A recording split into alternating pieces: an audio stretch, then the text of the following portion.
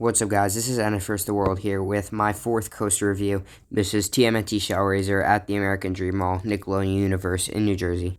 So, I don't really have any good footage of this ride, but I don't want to screen record footage that isn't mine, so here's my crappy footage. So, to talk about the ride, this is the world's steepest roller coaster, and it is actually a clone of Takabisha in Japan, but 0.5 or half of a degree steeper. It's barely steeper, and it's a clone. But it's a good ride, so who cares? Anyways, this park is famous for having its rides closed, and Shellraiser is no different. And it's been closed as of recording for about the past 6 or 7 months.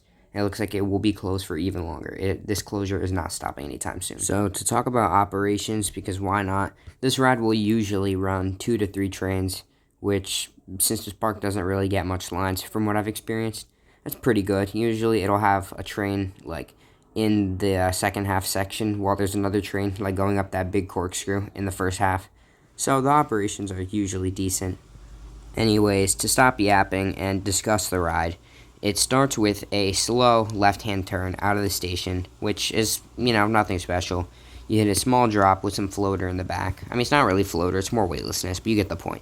And you hit a small right-hand turn, doesn't do too much, but you go into this amazing heartline roll with some great hang time that honestly hurts my legs because the over-the-shoulder restraint doesn't rest on your body, it rests on your legs. And this turns into a small dip, which leads into the launch. It's a really punchy launch, and it's my only Ghost Hour launch. I'm pretty sure all their launches are like this. It's a great launch. You head up into this big corkscrew. Has a bit of hang time. Damn, what's happening in my throat? Anyway, you get a bit of hang time, and then you hit your banana roll, which is pretty forceful. It's a forceful inversion. It's quick, and it's fun. You hit a little bit of a shaky valley after the banana roll, but this goes into a pretty intense corkscrew. So you're going pretty quick through this whole corkscrew and, like, S-hill section after. So you get some forces. The S-hill has some airtime, and you pop into the brakes. Nice little extra bit of airtime. And this is not the end of the ride. This is just the end of the first half. So it would already be a good ride if that was the whole end. Then you go up this slow lift.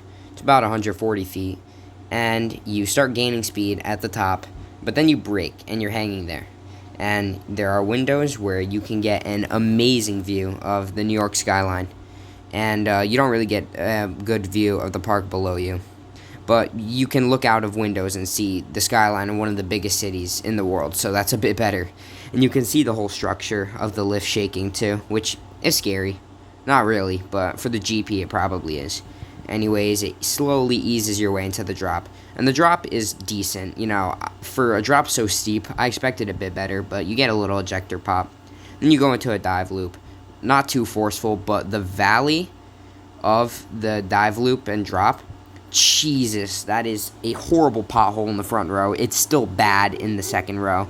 Oh my god, my dogs are barking. They're ruining this review. I don't feel like re-recording. So, anyways, yeah, that valley is horrible. So, I edited part of this out, and my dogs are still barking, so we're going to have to keep going. So, anyways, you hit an inverted top hat or a cutback element. Doesn't have too much force other than just existing. And then you hit an Immelman, which is super whippy, and it's a good element. So, that was the best inversion of this section. Anyways, you pop into the brakes, get a little bit more airtime, and your ride is over. So, my dog has been barking for so long now, I hear her voice cracking. That's actually crazy. Anyways, I rate this ride an 8 out of 10. It's pretty rough, but it's a bit smoother in the back. Even though it's rough, it's still a really good ride. It has a great layout. The forces were so good, it doesn't even matter. Even though I had a horrible headache going home after riding it. It was in my top 10, but I rode better coasters, so it moved down. That's my review of Shellraiser, though. Goodbye.